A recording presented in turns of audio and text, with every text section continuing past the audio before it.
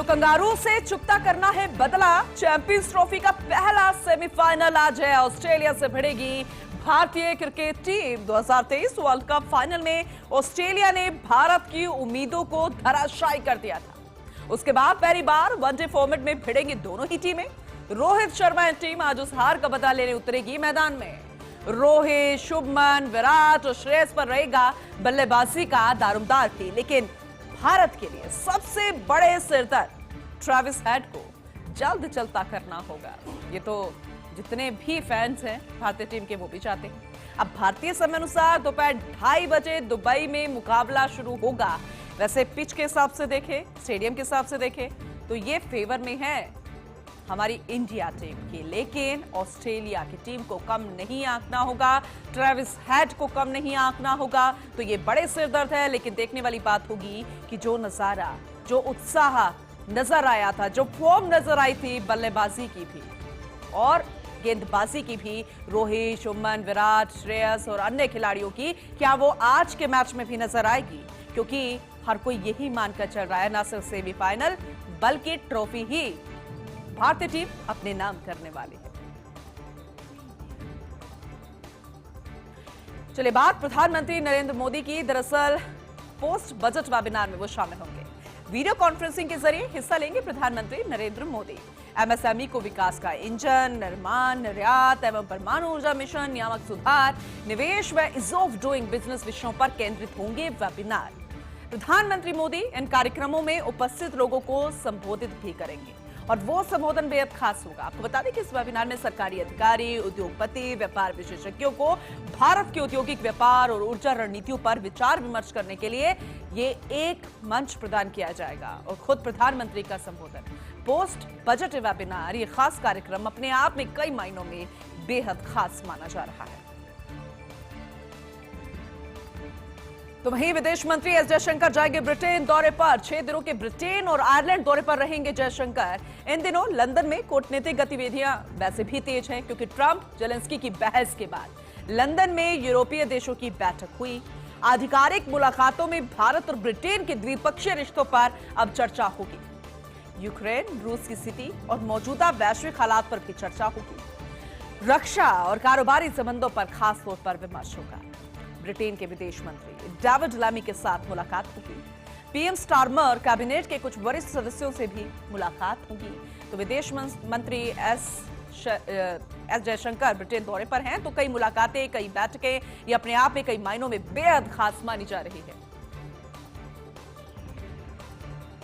तो कूटनीतिक गतिविधियां तेज है, लेकिन इसका नकारात्मक असर भारत पे ना पड़े, इसकी कोशिश हमेशा रहती है। और विदेश मंत्री एस जयशंकर जब भी ऐसे बैठकों में हिस्सा लेते हैं, मुलाकातें करते हैं, तो फिर उसका सकारात्मक असर भारत पर पड़ता है और ये उम्मीद इस बार भी की जा रही है। चलिए आगे बढ़ते हैं। कनाडा और मैक्सिको पर आज से टैरिफ लगेगा। जी हां, डोनाल्ड ट्रंप ने किया था टैरिफ लगाने का ऐलान। आपको ध्यान होगा, एक बार फिर से सत्ता संभालने के बाद ट्रंप का वो ऐलान, और ट्रंप के इस ऐलान के बाद उत्तर अमेरिका व्यापार युद्ध की आशंका भी बढ़ गई है।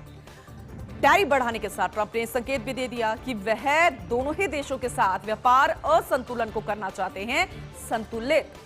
और इस टैरिफ का मैक्सिको और कनाडा के राष्ट्राध्यक्षों ने विरोध किया था। बढ़ते टैरिफ की संभावना से पहले ही वैश्विक अर्थव्यवस्था में उथल-पुथल मच गई है, लेकिन इस टैरिफ के बढ़ने से जो कनाडा और मैक्सिको पर आज से लगेगा, उसका कितना असर पड़ता नजर आएगा। उथल-पुथल तो होती नजर आ रही है और उत्तर अमेरिका व्यापार युद्ध की आशंका भी बढ़ गई है, लेकिन भविष्य में क्या होगा?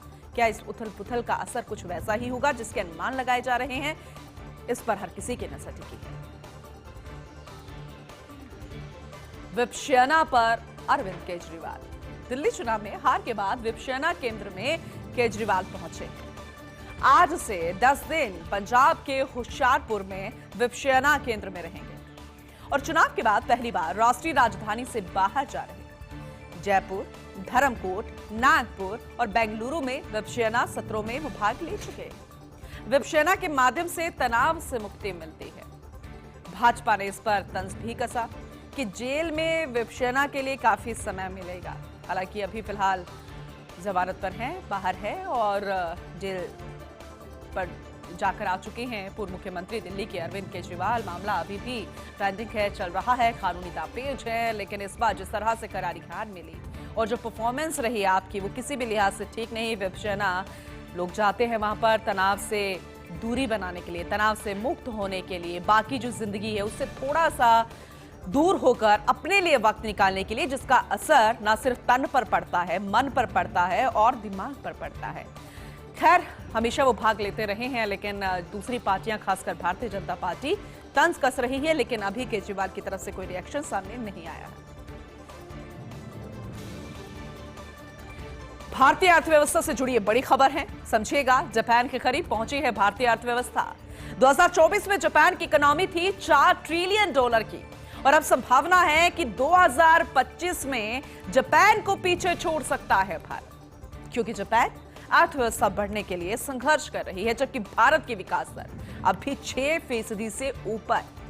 हालांकि जर्मनी को पीछे छोड़कर तीसरी बड़ी अर्थव्यवस्था बनने में भारत को कुछ साल लग सकते हैं, लेकिन हम इंतजार उसी का कर रहे हैं, पूरा देश इंतजार कर रहा है। और ऐसे में जब तक नहीं पहुंचती ये अर्थव्यवस्था और जर्मनी को पिछाड़ नहीं सकती, तब तक कई तरह के आरोप प्रत्यारोप का सामना फिलहाल करना पड़ेगा, लेकिन जापान को लगभग पीछे छोड़ दिया है भारत ने। वहीं चीन पर अमेरिका का डबल अटैक। राष्ट्रपति डोनाल्ड ट्रंप ने टैरिफ बढ़ाकर इसे दोगुना कर दिया। 10% टैरिफ को बढ़ाकर 20% करने का आदेश दिया ट्रंप ने, और इससे पहले चीनी सामानों पर 10% टैरिफ लगाने की घोषणा भी ट्रंप ने की थी। इस पर चीन तिलमिला गया था और तिलमिलाए चीन ने 15% तक टैरिफ थोप दिया था। चीन की तरफ से लगाए टैरिफ 10 फरवरी से लागू हो चुके हैं और उसी का नतीजा है कि अमेरिका ने अब 20% टैरिफ लगाया, यानी कि ऐलान अमेरिका से, ट्रंप की तरफ से। चीन तिलमिलाया, उसने टैरिफ बढ़ाया 10 फरवरी से जो लागू हो गया, और अब अमेरिका ने 20% टैरिफ लगा दिया। अब चीन भी अमेरिकी कृषि और खाद्य उत्पादों पर टैरिफ और बढ़ा सकता है, यानी कि इस तरह से आमना सामना और ये टकराव की स्थिति बन रही है। लेकिन दोनों की ही देशों की जनता पर इसका क्या असर पड़ेगा, या आने वाले समय में भविष्य में इन दोनों देशों के सामंजस्य पर क्या असर पड़ेगा, ये तो वक्त बताएगा। वहीं महाराष्ट्र के मंत्री धनंजय मुंडे ने इस्तीफा दे दिया है। मुख्यमंत्री देवेंद्र फडणवीस को उन्होंने इस्तीफा दिया। धनंजय मुंडे के पीए ने फडणवीस के बंगले पर पहुंचे, इस्तीफा लेकर उन्होंने सौंपा मुख्यमंत्री को। देवेंद्र फडणवीस ने मुंडे का इस्तीफा भी स्वीकार कर लिया और विधानसभा पहुंचने के बाद प्रेस कॉन्फ्रेंस की, प्रेस के सामने आए, घोषणा की, कहा मंत्री धनंजय मुंडे ने मुझे अपना इस्तीफा सौंपा है। मंत्री धनंजय मुंडे का इस्तीफा स्वीकार कर लिया गया है। सरपंच संतोष देशमुख मर्डर में मुंडे के करीबी पर आरोप लगे थे। खाद्य एवं नागरिक आपूर्ति मंत्री मुंडे बीड जिले के परली से एनसीपी विधायक।